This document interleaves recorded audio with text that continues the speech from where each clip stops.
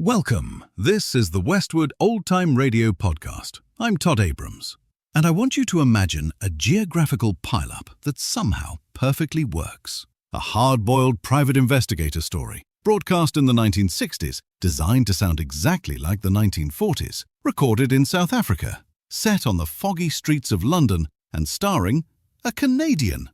It shouldn't work, but it does. That is the bizarre, fascinating pedigree of Walk Softly, Peter Troy. And the episode I've been digging into lately is called The Blonde with the Delicate Air. And I love this episode because it highlights exactly why this oddball series holds together. It relies on the structural integrity of the classic noir trap, but it populates that trap with some incredibly jagged, grounded details. So let's set the scene. Peter Troy is the ultimate outsider. He's a tough, cynical Canadian investigator operating in London. And, as he puts it right at the top of the show, money is like chorus girls in Alcatraz. There isn't any. So when a husky-voiced blonde named Carolyn Varley walks into his office and offers him £100 for approximately 2 hours of work, he is in. Her story is a classic damsel in distress setup.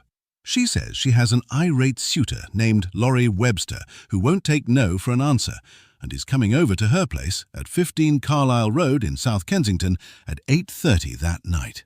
She just needs Troy to be there to, dissuade him. It sounds corny. It sounds easy. Which is your first clue that the floorboards are about to give way. Troy shows up at 8:30 on the nose. They're listening to Beethoven. They're having a drink. It's all very cozy. And then the door opens. A man steps in, and Troy gets a pistol whipped across the back of the head. When he wakes up, his head is throbbing, and he's staring at the boots of Detective Inspector Mellenby from New Scotland Yard. And this is where the mechanics of the frame job lock into place. Because Caroline is gone. The apartment doesn't belong to her. It belongs to Laurie Webster. And Laurie Webster is lying dead on the floor next to Troy, shot at close range. Beside Troy's hand is a Smith & Wesson .32 caliber revolver, completely plastered with his fingerprints. I appreciate a well-built trap, and this one is airtight. Troy's own secretary, Julie, even told the police about the blonde client who came in asking for protection from Webster, which just gives Mellenby a perfect motive. Troy took the bodyguard job too seriously, fought with the suitor, and shot him. But the frame is actually even more complicated. And this is where we get into the delicate art of the double cross. While Troy is sitting under police guard, a slick solicitor named Regan shows up and gets him out on bail. Because, as it turns out, the police surgeon confirms that Webster had actually been dead for 24 hours. Troy didn't even know Webster existed 24 hours ago. The police have to let him go. But he's not really free. Regan, the crooked lawyer, represents the people who actually killed Webster, and they spring Troy because they need him to run an errand. You see, Webster was a smuggler. He brought in a massive shipment of pure heroin, enough to, as Troy says, poison a herd of elephants. Caroline and her boyfriend hijacked the shipment, killed Webster, and now they need to deliver it to a buyer named Giles Nolan out in Buckinghamshire, about 40 miles from London. But they can't do it themselves. Webster's surviving men know Caroline's boyfriend. If he tries to make the drop, he'll be intercepted. They need a stranger, a patsy, someone tough enough to survive the trip, but desperate enough to do what he's told. Enter Peter Troy. Now, here is my favorite detail in the entire episode. The villains have Troy's office completely surveilled. His secretary, Julie, is explicitly warned. Do not leave the office. Do not make any phone calls, or Troy is a dead man. The trap is completely sealed. There's no way to call Inspector Mellenby for backup. But what breaks the trap isn't some super spy gadget or a brilliant martial arts move. It's the mundane friction of everyday life. At 9:30 in the morning, while Julie is trapped in the office, the door opens. It's their irate landlord demanding the back rent. Troy's absolute brokenness actually saves him. Julie simply hands the landlord an envelope containing the details of the drop-off and tells him to take it straight to Inspector Mellanby at Scotland Yard. That's the kind of jagged, unpolished detail I love. The grand criminal conspiracy is undone because a guy in London really wanted his rent money. It's fantastic. It all leads to a brilliant climax on a train heading to Levendale. Troy is cornered by Caroline and her goon, but thanks to the landlord, Mellanby has surrounded the train. They lob tear gas through the window. The bad guys are caught, and Troy walks away with a massive headache, but his license intact. At the end of every episode, the announcer delivers the signature sign-off. Walk softly, Peter Troy. And usually that sounds like a threat. But in the context of this episode, I think it's an observation about the world of noir itself. The title is The Blonde with the Delicate Air. But in this genre, a delicate air is never something to be protected. It is almost always camouflage. It's a warning sign, because in a world where everyone is trying to survive the fog and the rent collectors, true fragility doesn't really exist. If something looks too delicate to survive in the dark, it's probably the thing that's about to bite you. Walk softly, indeed. And now here is The Blonde with the Delicate Air.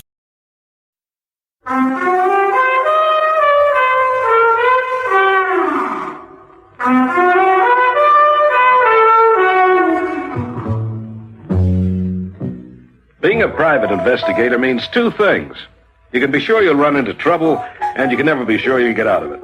Well, there's not much you can do about it, I guess, except, like Julie always says, walk softly, Peter Troy.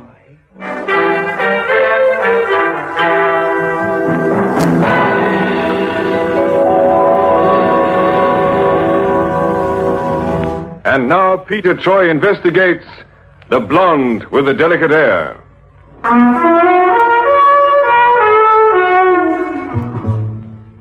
This girl Julie I met a moment ago, she keeps the bill collectors at bay and generally runs the place I loosely call my office. You'll meet her again in a little while. But right now, I want you to meet the lush lovely this case is all about. Her name is Caroline Varley, but most people call her Carol. Oh, sorry, Lawrence. I was a million miles away. So I noticed. Cigarette? Oh, no thanks, darling. Beautiful girl. Soft lights. All we need now is the sweet music.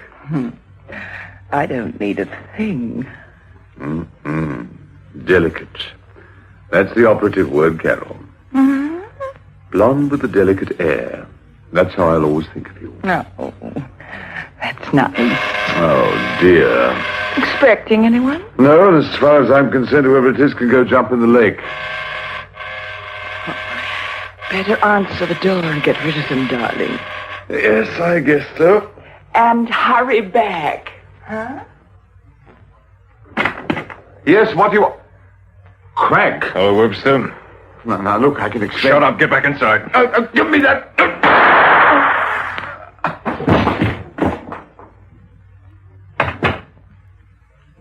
You didn't have to do that. I didn't mean to. He jumped me. Is he? No. No, he's still breathing. Where's the package? In the drawer of that desk. He put it there as soon as we came in. Good.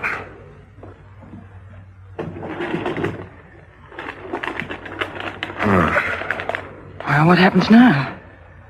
We have someone deliver the package for us, that's all. Anyone in mind? Yes. Troy. Peter Troy. Oh, that name sounds familiar. A private investigator. Canadian. Tough. Very tough. And a ladies' man. Oh, yes, of course, I remember now. Opened up here a couple of years ago. Done very well by all accounts. You think he'll do a job like this? Sure. The way we sell it, he'll be answering the appeal of a lady in distress. Meaning me? Mm-hmm. And afterwards? Afterwards, I'm afraid Mr. Peter Troy will just have to die. Pity. Necessary. Well, into each life some death must fall.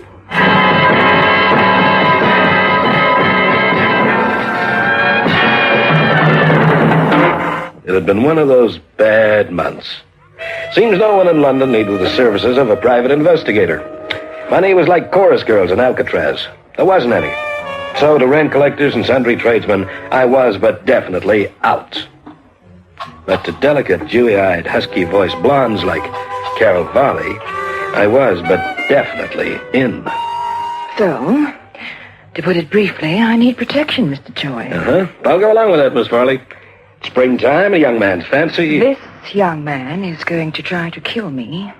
Well, that's no way to win friends and influence people, is it?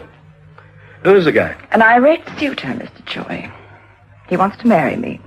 I declined the invitation, and now he's threatened to kill me. And? The job pays £100 for approximately 2 hours' work. That buys you a grade A bundle of protection, Miss Farley. Is this character got a name? Laurie Webster. He's a very persistent man. He's been pestering me for months. He just won't take no for an answer. It happens. Just not my type, you know? Anyway, he's coming round to my place tonight to propose again.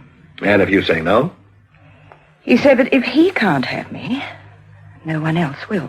It sounds corny, but you want me to be there, huh? I thought you might be able to disillusion him just a little. If you know what I mean. I'm way ahead of you. My address is 15 Carlisle Road, South Kensington. 8:30 this evening? On the nose. Thank you. Peter? Thank you, ma'am. Carol. That's nice. I'll get some bourbon in. Bourbon? Well, don't all private detectives drink straight bourbon? You've been reading too many pulp magazines. I'm the exception. Scotch. Mm-hmm. I'll remember that. The exception or the Scotch? Both. 8:30? I'll see you then.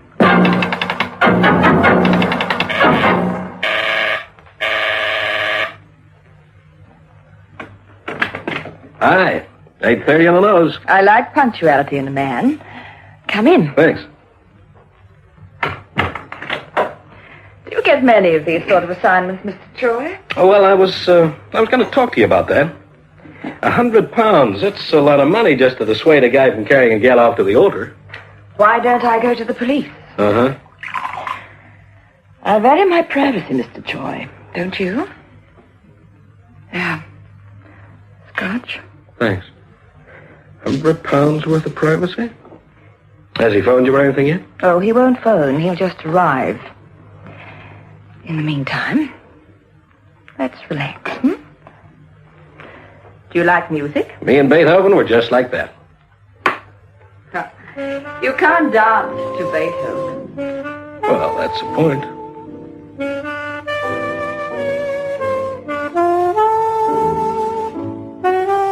You dance very well.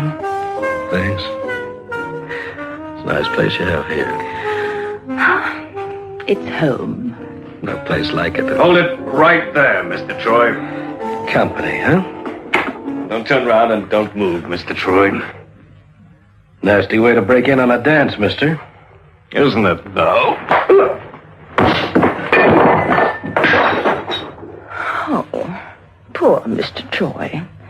He danced so nicely. All right, Carl. Help me set the scene. We haven't much time.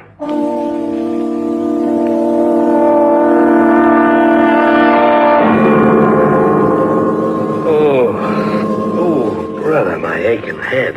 Troy, you must have a head like a cannonball. Oh, that's all I need. The charming and benign features of Detective Inspector Mellanby of New Scotland Yard bending over me. Ooh, brother. What are you doing here, anyway? Investigating? Yeah, well, I want to report a case of assault and battery. I was just a... Hey, where's a cute little blonde bombshell? Which cute little blonde bombshell? The gal who owns this apartment. That smack on the head must have addled your brains, Troy. This apartment belongs to a man. Or at least it did. Mr. Laurie Webster. What do you mean, did? The aforementioned gent is, I regret to say, very dead. Shot at close range. That's what I'm investigating. Now, wait a minute. Where did all this happen? You got a suspect or anything? Because if you haven't, I might The just be answer able to to... your first question is right here in this apartment. In fact, right here in this room. If you move your head a fraction, you'll see the late Mr. Webster stretched out on the floor just a couple of feet away from you. Hey, well, this just doesn't make sense. As for your second question, yes, I do have a suspect. A private investigator called Peter Troy. Oh, very funny. But I'm not in the mood for jokes. Want to tell me about it? Tell you about it? What would I want to kill Webster for? I've never even seen the guy. Gun's on the floor beside you. A Smith & Wesson .32. And I've no doubt your fingerprints are splattered all over the butt. Now, you know I don't use a Smith & Wesson. I got a license to carry a Browning automatic. A license which I regret to say must be withdrawn. Now, look, there's a frame, and you know it, Inspector. They set me up. Hey, how did you know about all this, anyway? A phone call, Mr. Troy. The caller said there was some trouble here in Carloa Road. Yeah, with me right in the middle, huh? Well, it's nothing to the trouble is going to be, just as soon as I Your can get... secretary, Julie's outside. Have Miss Summers come in, Constable. Right, sir. Miss Summers, please. Pete, they made me tell them about that girl. I get it all now. Julie told you about the blonde that came to see me this afternoon, the girl who wanted a bodyguard to protect her from an over-anxious suitor, and you think I think you took your duties too seriously. You didn't have to shoot him, you know. I didn't shoot anybody. Oh, maybe the Smith & Wesson belongs to him, eh? He pulled it on you, there was a struggle. You got possession of the gun, pulled the trigger. Now, look, you know me. I'm the sort of guy that goes around giving people lead poisoning. I could take that weasel lying over there with my hands tied behind my back. That weasel gave you a fair-sized clout on the noggin, laddie. Julie, you better get hold of Randell. It looks as though I'm going to need a lawyer. You're already legally represented, Mr. Troy. Huh? All right, you can come in now. Thank you. Who are you? Oh, my name's Regan, of Regan and Forsyth Solicitors. My card. I shall be happy to look after your case, and for the moment I strongly advise you not to answer any more questions. Who sent for him? Yeah, I heard about the disturbance and thought you might need help. Furthermore, I think I can furnish the police with a witness. A witness whose testimony will clear you completely, Mr. Troy. Well, now, that's more like it. Where are you going to get this witness from, Mr. Regan? Now, Inspector, you should know better than that. The defense cannot give away its sources of information at this particular juncture. Now, I should like word in private with my client, please. This way, Mr. Troy. Just don't try and leave this flat, either of you. Well, now, Mr. Regan, I think it's all very charming, but You're in trouble, Mr. Troy. Bad trouble. In fact, it would seem that you could wind up with a rope around your neck. Yeah, but I thought you said something about a witness. Yeah, I did. But I omitted to say in front of the inspector that my particular witness, if she gave her testimony, would most certainly take you straight to jail. You see, Miss Carol Varley was here when you shot down Laurie Webster. Well, I know that she was... Ah. You mean she's part of the frame? A rather, luscious frame, don't you think, to coin a phrase? Yes, I'm afraid you're in trouble, Mr. Troy. Real trouble. Well, this was certainly cute. This was really cute. This was the tender trap. The more you struggle, the deeper you get into it. But this guy Regan, now here was an angle. Yes, a rather delicate predicament, isn't it? Of course, I'd like to help you, Mr. Troy. The lady sent you? As a matter of fact, yes. How come? She has a proposition. She had one before. Look where it got me. This could be an answer to your problem. You see, I can tie up the police legally and demand your formal bail. Without Miss Varley's testimony, they have very little real evidence. You ever watched Inspector Mellenby at work? He makes Dick Tracy look like an amateur. Nevertheless, I can get you out of here. And? And naturally, we shall want a small favor in return. How small? From here, you are to go home and you are to make no phone calls. Tomorrow morning, you go to your office as usual, and you pay particular attention to the parcel mail when it arrives. There'll be a package for you. It'll be double wrapped. Well, keep talking. Undo the outer wrapping, and you will see a letter addressed to you. In it, there will be some instructions. You follow them, but you do not, I repeat, you do not open the inner package. It's been specially sealed, and we shall know immediately if it's been tampered with. You're an untrusting lad, aren't you? Mr. Troy, all you have to do is deliver that package. It's not a very difficult job. In return for doing that, I offer you your freedom. I've got another suggestion, Mr. Regan. Oh? Why don't I just bop you one and make a quick exit? I may not have seen Mellenby at work, but you have. How far do you think you'd get? Oh, about a block and a half. You see? My way, you've got nothing to lose, Mr. Troy. Okay, so I go along with it. But, just tell me one thing. If I can. Who really did kill that fellow Webster? But you did, Mr. Troy. Ask Inspector Mellenby. He's positive you did. Troy didn't kill that man. Oh, I know I've cursed that wretched Canadian troublemaker in my time, but I will say one thing in his favor. He's no killer. But the evidence, sir. What evidence? Look, a man lies dead on the floor with a bullet in him. The police surgeon maintains that he's been dead for 24 hours. Troy didn't even know a man called Webster existed 24 hours ago. Well, I still don't think it was wise to let Troy go, Inspector. Regan knew we couldn't hold him. We had to let him go. Incidentally, Troy's being shadowed. Best team in the yard looking after him, sir. Good. Troy's no fool, and I think he's purposely sticking his neck out. You mean he may be setting himself up as a bait, sir? Yes, the fool. When will he learn to stop poking his nose into police matters? Well, this time he really didn't have any options, sir, did he? I wonder what's behind all this. Anything from ballistics yet? They're still working on the serial number. It's been burnt off with acid. They're putting it through photo analysis, but it takes time, unfortunately. Yes. Anything on the deceased yet? Well, we know one thing. He has a criminal record. Spent a couple of years in Dartmoor. Worked an old confidence game.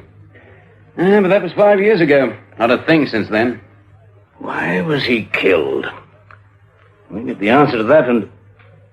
Oh, to the devil with Troy. Why didn't he stay in Montreal?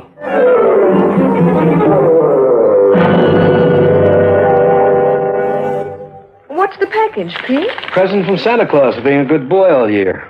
Pete? I'm sorry about blabbing to the police. I had no idea. That's okay, honey. I just wanted to help. That's nice. How is it you get yourself into so much trouble, Pete? Trouble and me got married a long time ago, baby. Will they arrest you again? No.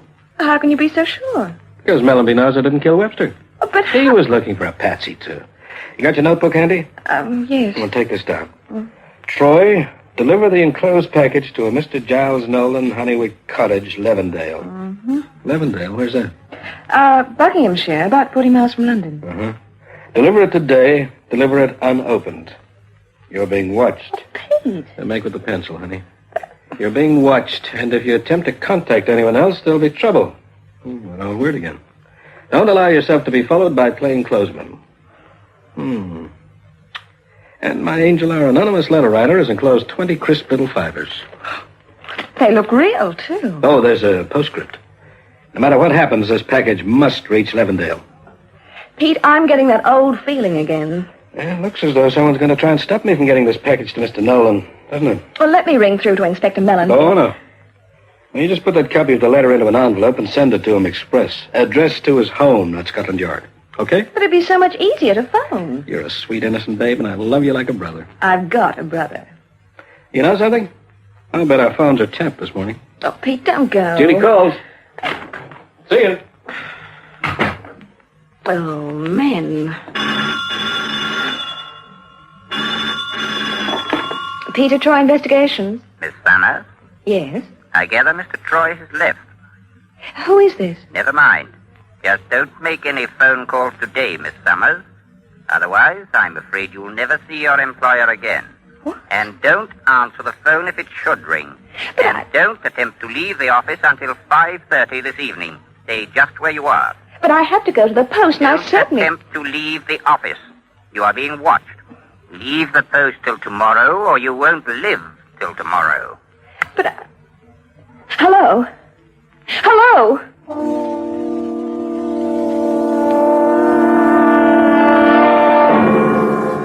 I couldn't care less who makes the delivery, Miss Valley, just so long as I get the stuff. Oh, you'll get it, Mr. Nolan. No need to worry about that. Yes, and what about Webster? He had an unfortunate accident. Yes, in other words, he was hijacked and killed. Sounds like Craig's work. Is Craig making the delivery then? Oh, no, that wouldn't be very smart, would it? Webster's men know Cragg too well. They'd intercept him before he left London. Well, then. The delivery will be made by a rather dashing young Canadian private investigator called Peter Troy. Private investigator? Oh, don't worry, Mr. Nolan. He's completely trustworthy. He had to be. He's living very close to a noose at present. And I've heard of Peter Troy. He's tough. He's very tough. But of course, that's the whole idea. No one's going to hijack that messenger. And what happens after he's made the delivery? Now, what will you think? I see. Occupational hazard, Mr. Nolan. Who's going to do it? You are. No, wait a minute. Because if you don't, Peter Troy will get you, Mr. Nolan, one way or another. I doubt very much whether he's in the sweetest temper just at present. As soon as he hands over the package to you, you'll give me the money, and then Mr. Troy dies.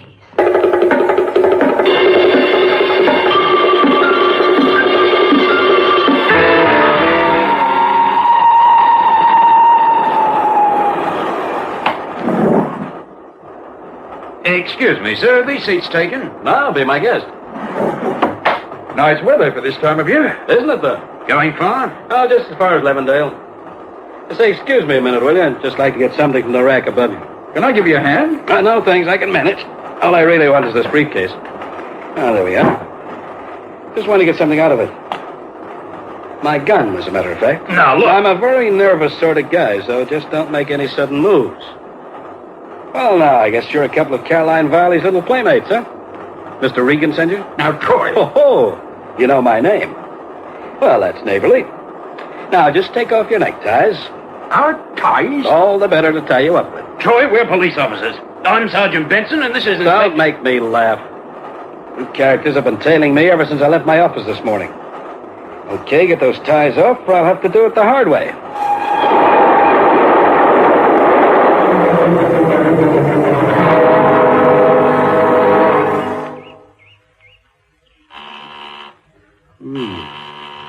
Funny old place. Come in, Troy. The door's on the latch. All right. Put the package on the table in front of you. I have to make a personal delivery, mister. Put the package on the table. Look, it's kind of dark in here. Come. Okay. Don't I even get to see who you are? You don't need to, Troy. You don't ever need to see anyone again. I don't like the sound of that. Don't turn around. Stay exactly as you are. You know, when people say that to me, mister, I get nervous. I start looking around for something like this table. All right, Troy. Come on out. Give me a good reason. Not good enough, Buster. He's got a gun. So what? You've got him trapped. Ah, the Lady Caroline. It figures. Well, this is your last chance. Throw out that gun, Troy. You want it? Come and get it. What the devil? Something came through the window. Gas. Tear gas. Troy, this is Mellenby. You all right? Yeah, but hold everything, Inspector. Police. I have a cordon of men surrounding the place. Well, keep him outside. I might be able to reason with this guy now. Not a chance, Troy. I'll give you 2 minutes, and then we're coming in. That ought to do it. All right, fella. You got no chance against the police. You may as well call it a day. Give myself up. Not a chance. Are you crazy? They've got us cold. The lady's right, you know. They'll never take me alive. Watch it, Melanie. He's making a break for it. You fool! Come back!